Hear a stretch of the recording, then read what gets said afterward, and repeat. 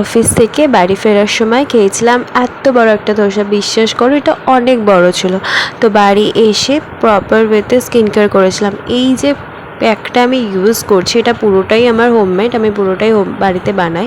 আর আমি চেষ্টা করি ডেলি এটা করার। এটা একটা রিফ্রেশমেন্ট, আর আমি এর মধ্যে একটু ঠান্ডা আর কি গোলাপ জল ইউজ করি, মানে গোলাপ জলটা আমি একটু ফ্রিজে রাখি, তো খুব রিফ্রেশিং একটা হয় আর খুব রিল্যাক্সেশন লাগে।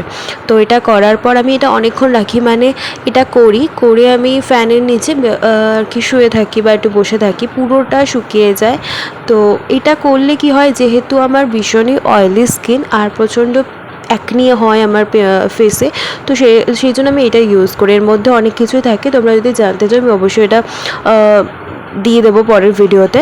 আর এটা আমি প্রপারভাবে শুকিয়ে নিয়েছি, আমি সেটাই এখনই দেখাবো যে পুরো প্রপারভাবে শুকাতে হবে এটা, একদম যাতে পুরোটা শুকিয়ে যায় নিজে থেকে।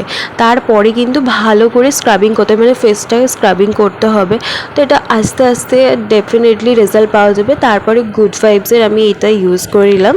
তো দেন এইভাবে আমি ডেলি আমার স্কিন কেয়ার করি, আর আগের থেকে আমার ফেসটা অনেকটাই ইমপ্রুভ হয়েছে। আমার ফেসে কিন্তু প্রচুর পিম্পল রয়েছে, আর সেগুলো আস্তে আস্তে ঠিক হচ্ছে। এই যে আলটিমেট এটা লুক। তো রাতে ডিনারটা করেছি, সেটা স্কিপ করে গেছি ভিডিওটা।